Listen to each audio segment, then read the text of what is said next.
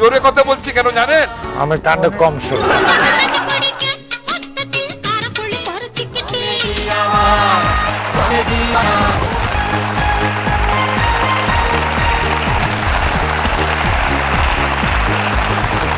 সন্ধ্যা এই মুহূর্তে স্টুডিও এবং স্টুডিওর বাইরে বাংলাদেশ এবং বিশ্বের বিভিন্ন প্রান্তে টিভি সেটের সামনে বসে যারা এই অনুষ্ঠান দেখছেন তাদের সকলকে ক্যানকা কমেডি আওয়ারের পক্ষ থেকে আমি হুমায়রা হিমু জানাচ্ছি স্বাগতম এবং একরাশ উষ্ণ শুভেচ্ছা। দর্শক মণ্ডলী, দেখতে দেখতে পার হয়ে গেল একটি বছর। আজ থেকে ঠিক এক বছর আগে 2012 পহেলা নভেম্বর এই মঞ্চ থেকে শুরু হয়েছিল কমেডি আওয়ারের পথ চলা। সেদিন এই মঞ্চে দাঁড়িয়ে আমি কিন্তু আপনাদেরকে স্বাগত জানিয়েছিলাম। আমার সৌভাগ্য যে আজকের এই বর্ষপূর্তিতেও আমি আপনাদের সাথে থাকতে পারি। আমরা একটি দুরূহ দায়িত্ব কাঁধে তুলে নিয়েছিলাম, বা কমেডি অভিনয়। অনেকেই এই কাজটি করে শালীনতা বজায় রেখে, পরিমিতি ঠিক রেখে পরিবারের সবাইকে নিয়ে বসে দেখার মতো একটি নির্মল হাসির ডালি সাজে। দর্শক মণ্ডলী, এই অনুষ্ঠান ধরে রাখা, এর জনপ্রিয়তা পাওয়া বা সাফল্য নিয়ে অনেকের ছিল সন্দিহান। আমাদেরকে নানা রকম আশা নিরাশার বাণীও শুনতে হয়েছে, কিন্তু দর্শক মণ্ডলী, শেষ পর্যন্ত উদ্দেশ্যের অবিচলতার জয় হয়েছে। তার প্রমাণ কমেডি আওয়ার এক বছর পেরিয়ে আজকে দ্বিতীয় বর্ষে পদার্পণ করেছে। কমেডি আওয়ারের এই সাফল্যের কৃতিত্ব দর্শক মণ্ডলী আপনাদের। এই একটি বছরে 4টি বিশেষ পর্ব সহ কমেডি আওয়ারের মোট 26টি পর্ব প্রচারিত হয়েছে। উপস্থাপনা সহযোগী হিসেবে কাজ করেছেন অভিনেত্রী। কৌতুক নাট্যাংশ প্রচারিত হয়েছে 195টি। দর্শক মণ্ডলী, আজকের এই পর্বটি সাজিয়েছি একটু ভিন্ন আঙ্গিকে। এটি হবে ভিউয়ার্স চয়েস ভিত্তিক একটি সংকলন। তার মানে হচ্ছে এই একটি বছরে যতগুলো কৌতুক নকশা, গান এবং পারফরমেন্স আপনারা দেখেছেন তাদের মধ্যে বাছাই করা কিছু দর্শকপ্রিয় আইটেম। সাথে থাকবে আপনাদের প্রিয় পারফর্মারদের সাথে আড্ডা।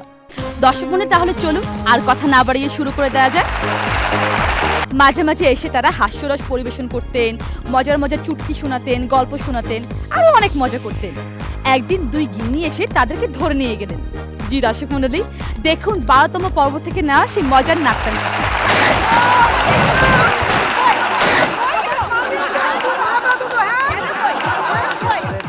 তাড়াতাড়ি পলাও। না না, পালাচ্ছি না তো, আমরা ভাবছিলাম আমরা একটু চা খেয়ে আসি। আপনার ভালো আছেন তো? তোমার ভালো নেই, কুচি করি আমি বলি পুরো আমরা দুটো কোথায়? কোথায়? মোল্লাজি ভার্মা সাহেবের বললে রাজার বাড়ি সাথে ইলিশ পিটিশ হচ্ছে না? কেন ছেলে সুকরিদের সাথে রং তামাশা করো তখন তোমার মান সম্মান যায় না? এখন আমি হাত ধরলে বুঝি তোমার মান সম্মানে লাগে? হ্যাঁ, তোমাকে ঘরে বসিয়ে রাখো, তারপর দেখবো এখানে আসো কি করে, বুঝলে? ইয়ে দেখুন, মানে নিয়ে যেতে যান কিন্তু ওই দেখুন ঠ্যাং ভেঙে যদি, এটা আমাদের পার্মানেন্ট বিচারক, মানে বুঝতেই তো পাচ্ছেন। এই চুপ, একটি কথা বলবে না, বুঝলে? এই চলো চলো। মোল্লাজি ভালমশাই, একবার বিদায় দেন গো, ঘুরে শাহিন খান এবং HM হায়দার আলীর এই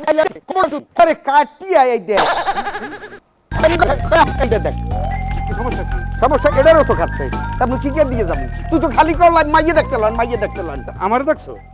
আরে তোমারে আর দেখবো কি? তুমি তো পুরা ফিট বাবু, তোমারে দেখাই লাভ আছে কোনো? আরে কাটছে কিতে? কাটছে তো উন্দুর, হ্যাঁ বোঝো না?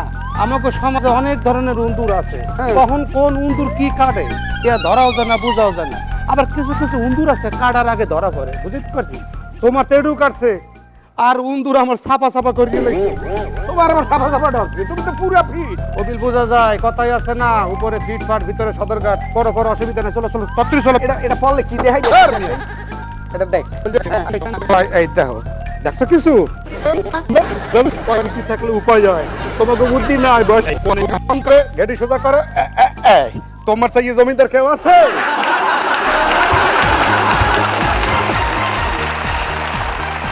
দর্শক মণ্ডলী, আমাদের অনেক জনপ্রিয় এবং একজন সিনিয়র অভিনেতা হচ্ছেন আব্দুল আজিজ। তিনি আমাদের আউটডোর স্কিটের একজন নিয়মিত শিল্পী।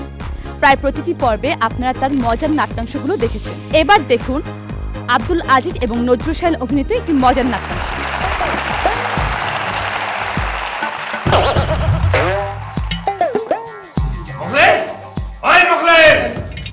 জি স্যার, আবার কিছু ভুল হয়েছে? আবার কিছু ভুল হয়েছে? হ্যাঁ, এই এখানে আপনি চাইছিলেন আর আমি তো চাই আনছিলাম, তাহলে আর হয় না দে তুমি করে করে স্যার। ইয়ে গাদারে কই, কোনখানে? এই ওখানে কি খুঁজছো? আমার দিকে তাকাও। ও আচ্ছা,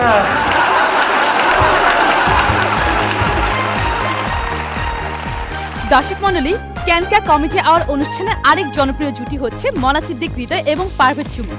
এখন চলুন তাহলে দেখে আসি তাদের বাছাইকৃত একটি স্কিট। এখন আপনাদের সামনে আছেন বর্তমান সময়ের মার মার কাট কাট ফাট ফাট নায়িকা মিস মিস ছেলের মতো মনে হচ্ছে, আবার ভাবসাব মেয়েদের মতো একটি দেখতে যাবো এফডিসি শুটিং। ডিরেক্টর সাইদ ভাই আমাকে দেখেই বললো ওয়াও আই লাইক ইট। ও আচ্ছা আচ্ছা, তাহলে ওই টয়লেটের মধ্য দিয়েই আপনার বাংলা চলচ্চিত্রে পদার্পণ। হ্যাঁ ভাইয়া, হ্যাঁ। আচ্ছা, বুঝতে পেরেছি। আচ্ছা, এবার একটা প্রশ্ন, সেটা হলো যে এই সিনেমা জগতে আসার পরেই হ্যাঁ। নায়িকারা খুব মোটা হয়ে যায়, হ্যাঁ। যার কারণে আমাদের নায়কদের পক্ষে তাদেরকে উঁচু করতে গিয়ে কোমর বিসর্জন দিতে হয়। তো এই ক্ষেত্রে আপনি আপনার ডায়েট কিভাবে মেনটেন করেন? দেখুন ভাইয়া, আমি তো অ্যাকচুয়ালি বেশি খাই না। হ্যাঁ, আমি মনে করেন একবেলা একটুখানি ডাল আর একটা রুটি খাই, আর একবেলা একটুখানি ডাল আর একটা রুটি খাই। ওটা কখন খান? এগুলো ডিনার করার পরে আর লাঞ্চ করার আগে। ডায়েটের উপরে আছেন হ্যাঁ, আপনি, তাই? হ্যাঁ, হ্যাঁ। তা আপনি দুই তিনটা? আচ্ছা ঠিক আছে, তাহলে আপনি আমাদের দর্শকদের জন্য হ্যাঁ। একটু অভিনয় করে দেখান। বলুন, অভিনয় করে দেখাবো? বলুন কি অভিনয়? ঠিক আছে, দর্শকদের জন্য ট্র্যাজেডি দৃশ্যে অভিনয় করে দেখান। ট্র্যাজেডি? যেমন আপনার বাবা অ্যাক্সিডেন্ট করে পা ভেঙে গেছে, হসপিটালে ভর্তি, হ্যাঁ। আপনি কিভাবে ডায়লগ করবেন? বাবা না না না। পা তো একটা ভাঙছে, তিনটা তো ভাঙে নাই। ও আচ্ছা, ও, এই মেকআপ মেকআপ। হ্যাঁ, এইবারে আপনি একটা গান শোনান। দেখুন ভাইয়া, আমি আসলে অত ভালো গান টান পারি না। আচ্ছা, টান নিয়ে টানাটানি করার দরকার নাই, আপাতত গানটাই শোনান। আচ্ছা ঠিক আছে, গান করছিলাম।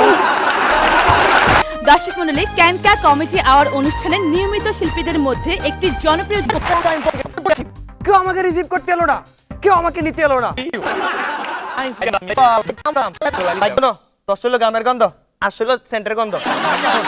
কে আইসত? বাড়ির বেগুন বালা আসেনি? হ বেকে ভালো আছে, খালি কুত্তাকার মরি গেছে। কুত্তে কে কেন মরলো? মরা গরু গোস্ত খাইছে। মরা গরুর গোস্ত খাইছে? আঙ্গ কুত্তা তো বাড়ির বাইরে যায় না, মরা গরুর গোস্ত হইলো কোনাই? আনের মাথা কোনো নষ্ট হয়ে গেছে না। বাইরের ভিতরে মরা গরু থাকলে এতে বাইরে যাবো কিন্তু। বাড়ির ভিতরে মরা গরু কোনান তো নাইলো? আনের ডিয়া কান আছে না? হ্যাঁ, বাসুর। হ হ হ্যাঁ। হেতে মরি গেছে, হেতার গোস্ত খাই কুত্তাও মরি গেছে। বাসুরিকে কেন মরলো? আই না, বাসুরিকে দেখাশোনা করালে আর আব্বারে দায়িত্ব দিলাম। হ্যাঁ। আব্বা কিচ্ছে? কার আব্বা? আর আব্বা? আনের আব্বা? হ্যাঁ। হেতে কোনতে না? ওমা, আব্বা নইলে আইলাম কোনান তো? ও আচ্ছা আচ্ছা, আনের আব্বা আসিল। আনার হোলা দুগা আছে না? হ্যাঁ। জন্টু আর মন্টু। হ্যাঁ, হ্যাঁ। শতানের লাড়িয়ারি হেতে তো বল মারছে, বল যায় হচ্ছে হুস নাতিরা সহ এতে মরি গেছে। আর হুলামাই এখন দেখাশোনা করালে আর বড়ে দায়িত্ব দিছি না। আনে গো ভাই, আগুন লাগছে গো ভাইজান। ইয়ার পর কি হয়েছে? এখন আনের বউ, আনের মা, এতেরা হুরি মরি গেছে গো ভাইজান। ওই একদিন কি কইলি রে? আগুনে আর মা উড়ি গেছে নিকে। ও মাগো, ও সাসি গো, ও ভাবি,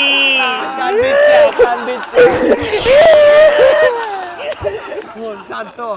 এখন বলি আর বিডাটা ছাড়া কিছু নাই। কার বিডা? আর বিডা কোনায় আইছে? ওমা, বন্যায় এমন ধরে ঠেলা মারছে আনের বিডারে। কান্দস কিল্লাই? আনে কান্দের কিল্লাই? আই কান্দ।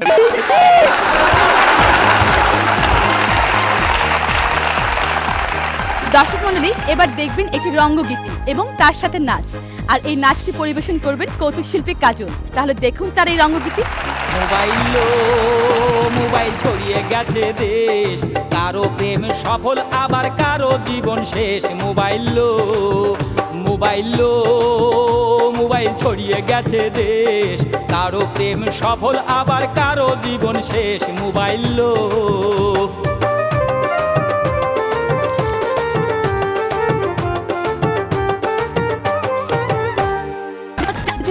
আমি জি দর্শক মন্ডলী, এবার এই কোনো খারাপ খবর? খারাপ খবর মানে একেবারে সাড়ে সর্বনাশের খবর। কি হয়েছে? ইটা খোলার পাশে কালবাটের নিচে একটা লাশ দেখে আসলাম। লাশ? কার লাশ? দেখে তো মনে হলো আপনারই লাশ। হায় হায়, আমার লাশ? আচ্ছা, লাশটা লম্বা কয় ফুট আন্দাজ করতে পারছো? তা প্রায় 5 ফুট 6 ইঞ্চির মতো হইব। সর্বনাশ, আমিও তো 5 ফুট 6 ইঞ্চি। লাশের শরীরের রংটা কেমন কত? মোটামুটি ফর্সা। আমিও তো মোটামুটি ফর্সা। আচ্ছা, লাশের স্বাস্থ্য কেমন? স্বাস্থ্য তো আপনারই মতো, আবার নাকের উপরে একটা তিলও আছে। এই উত্তম, দেখছো? আর চেক লুঙ্গি, হ্যাঁ, লুঙ্গি পয়লা রাস্তা বাইরে দেখছো? আমি খবরটা দিতে আইছিলাম। তাইলে লাশটা কার? এই তো কার লাশ। বল না।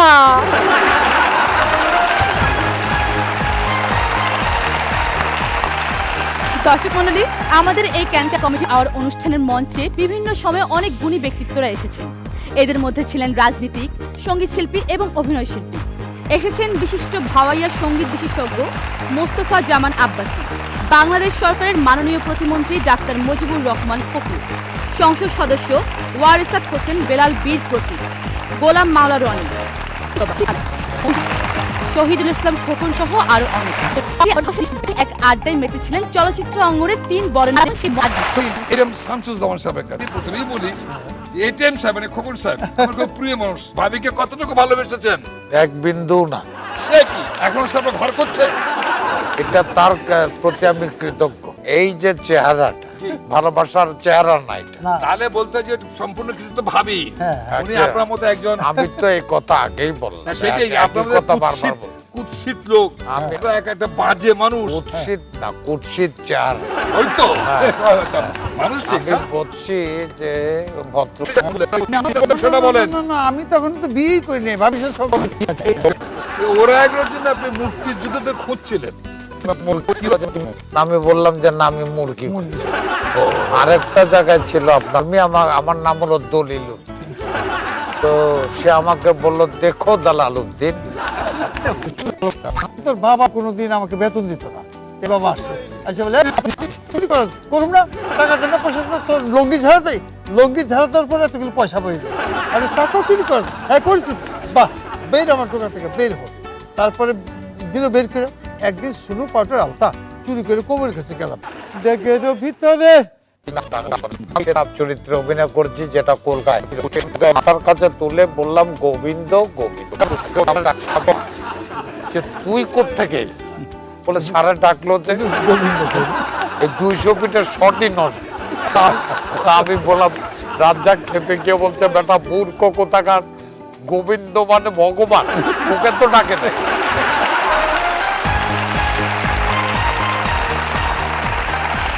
দর্শক মণ্ডলী, ক্যানকা কমিটি আওয়ারের এই মঞ্চে এটিন বাংলার পক্ষ থেকে 20 জন প্রবীণ এবং প্রথিতযশা অভিনয় শিল্পীকে তাদের আজীবন অবদানের স্বীকৃতি স্বরূপ দেওয়া হয়েছে life time achievement honour crest. আর এই ক্রেস্টগুলো তাদের হাতে তুলে দিয়েছেন এটিন বাংলার চেয়ারম্যান ডক্টর মাহফুজুর রহমান, এটিন বাংলার অনুষ্ঠান বিভাগীয় উপদেষ্টা নওয়াজেশ আলী খান,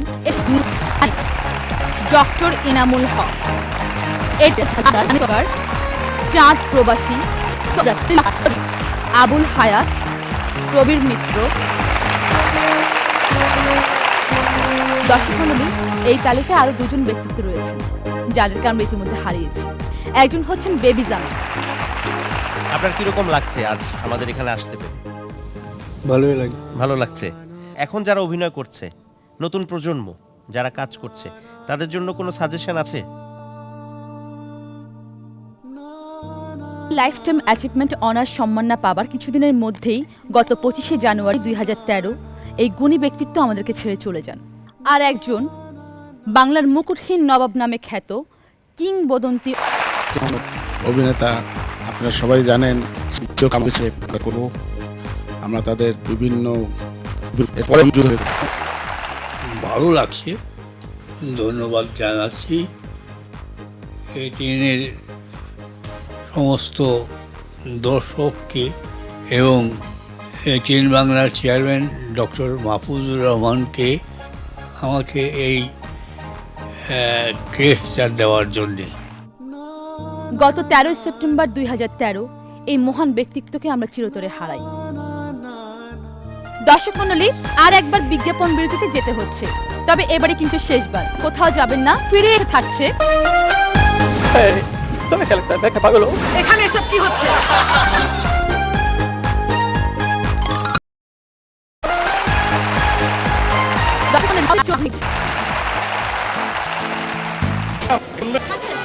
আপনি আমার একটু উপকার করবেন?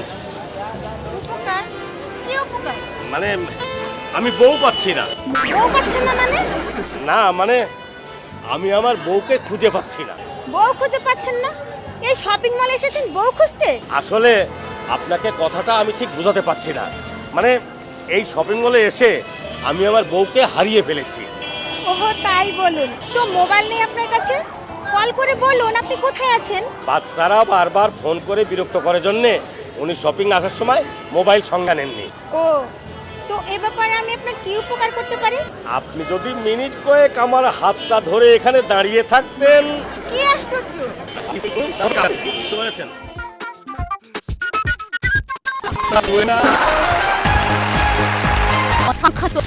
শাহরুখ খান নন, তিনি হচ্ছেন বাংলাদেশের শাহরুখ খান, মানে বোম্বের শাহরুখ খানের রেপ্লিকা বা হামশকল সজীব। জি দর্শক মণ্ডলী, এবার দেখুন সজীবের এই পারফরম্যান্স।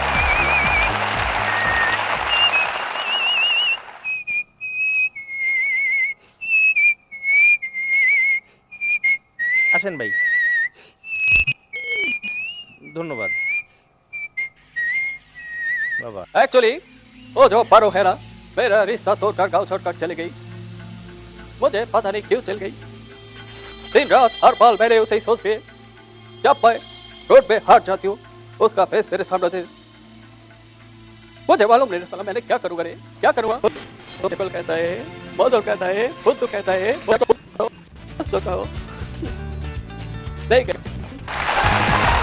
এই এক বছরে আমাদের এই মঞ্চে আমরা পেয়েছি অনেক কৌতুক শিল্পী এবং অভিনয় ব্যক্তিত্বকে। এরা কখনো এসেছেন অতিথি হয়ে, কখনো এসেছেন বিচারক হয়ে পারফর্ম করতে। এদের মধ্যে ছিলেন চিত্রনায়িকা অঞ্জনা, আব্দুল কাদের, ববি, জায়েদ খান, চিত্রনায়িকা মাহি, বাপ্পি, অভিনয়শিল্পী রহমত আলী, ওয়াহিদা মল্লিক জলি, চিত্রনায়িকা রত্না, শাহনুর, আলিশা, শবনম পারভিন, ড্যানি সিডাক, মিশা সওদাগর সহ অনেক। দর্শক মণ্ডলী, ক্যানকার কমিটি আওয়ারের এই মঞ্চে 26টি পর্বে চুটকি পরিবেশন করেছেন 32 জন পারফর্মার এবং তাদের অভিনয় ক্লিপিং, ম্যাজিক এবং তারা এই একটি বছর আপনাদেরকে হাসি আনন্দ দিয়ে। প্রথমে আমি মঞ্চে আসার জন্য আহ্বান জানাচ্ছি HM হায়দার আলী, নৃত্যশিল্পী জিনিয়া, মনা সিদ্দিক হৃদয়, পারভেজ সুমন, সিডর সুমন, নৃত্যশিল্পী লেমন, অভিনেতা আজাদ, প্রিয়া, মিজান দৌলত, ইমন, ফুয়াদ রানা, উত্তম, প্রমা। আজ ভাইয়া, এই একটি বছর আপনি কমেডি আওয়ারের সাথে কাজ করেছেন, দর্শকদেরকে হাসিয়েছেন, কিন্তু দর্শকদের কাছ থেকে আপনার রেসপন্সটা কেমন পেয়েছেন? দর্শকদের কাছে রেসপন্স পেয়েছি বলেই এই অনুষ্ঠানটা 1 বছর পেরিয়ে 2য় বছরে পাস। দর্শকরা রাস্তাতে বলেন, এটা কথা মনে পড়ে। আচ্ছা, এবার আমরা হায়দার ভাই করতে পেরে আমি নিজে অনেক আনন্দিত। আমি এইটা একটু দেখি, এটা ভালো লাগে, অন্তত যতক্ষণ দেখি একটু অন্তত হাসতে পারি। আমার কাছে খুবই ভালো লাগছে এবং বিদেশ থেকে বিশেষ করে আমার ফোন আসে যে তোমার প্রোগ্রামটা দেখলাম, তোমার নাচটা দেখলাম কমেডি আওয়ার খুব একটা ভালো একটা প্রোগ্রাম। এবার সম আজিজ ভাইয়ের থেকে জানতে চাবো যে আপনার অনুভূতিটা কি। আমি এটিএন বাংলার কমেডি আওয়ার প্রথম পর্ব থেকেই আছি। এই অনুষ্ঠানটা অনেকেই দেখে। তো সবচেয়ে বড় কথা কি, আমি রেসপন্স পাইছি এটুকু যে আমার কয়েক বন্ধু লন্ডন থেকে ফোন দিয়েছে, আমেরিকা থেকে আমার ছোট বোন ফোন দিয়েছে, তারা অনুষ্ঠানটা দেখে। আর একটা জিনিস সবচেয়ে বেশি আমার কাছে ভালো লাগে, সেটা হলো এই যে এই অনুষ্ঠানের মাধ্যমে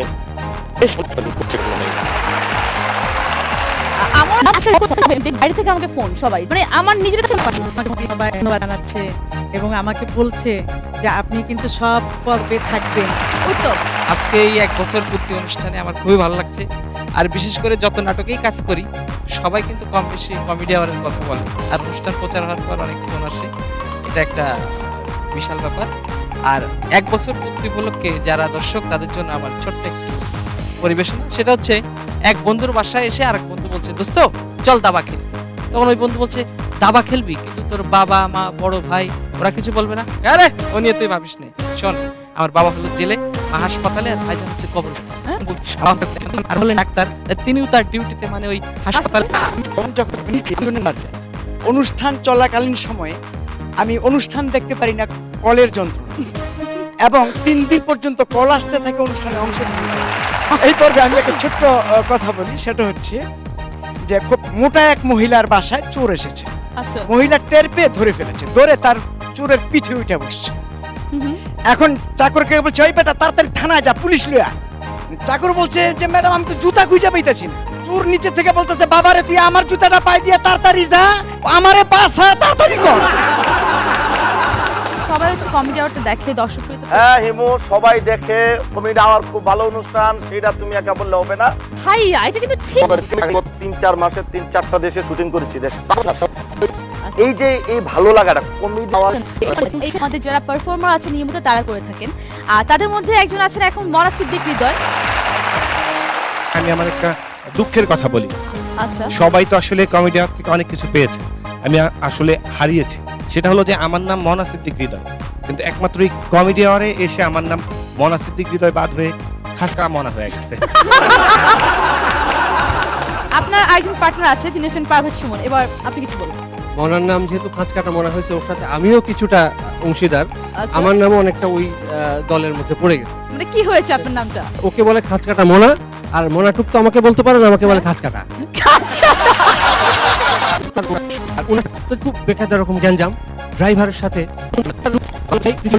কি করলি না, এখন পিছনে গিয়ে আমার বই লাগে, ভাই গাড়ি আজকে আমি চালাই। মিটার অন ইয়ার হওয়ার পর অনেকে আমাকে বলে, ভাইসা আপনার বাড়ি নোয়াখালী বলতেছে, এই যে ভাই ভাড়া দেন, ফয়সালের কোনো হুঁশ নেই। কন্ট্রাক্টর আবার বলতেছে, এই যে ভাই ভাড়াটা দেন, ফয়সালের তখনও কোনো হুঁশ নেই। কন্ট্রাক্টর আবার সিটে গিয়ে গেছে, ভাই ভাড়া দেন। ফয়সাল তখন চোখ কষতে কষতে পকেট থেকে 100 টাকার একটা নোট বের করে দিল। কন্ট্রাক্টর জিজ্ঞেস, কই থেকে উঠছেন? ফয়সাল এবার সিটে গিয়ে গেল, দেখতেছিস না ঘুম থেকে উঠছি। দর্শক মন্ডলী, ভুললে কিন্তু চলবে না, হাসি পারে মানুষকে সুস্থ রাখতে, সতেজ রাখতে। বিখ্যাত মনীষীরা বলেছেন, বাঁচতে হলে হাসতে হবে। তাই আমরা যত বেশি হাসবো, হাসুন। আজকের মতো বিদায় নিতে ভুলতে হবে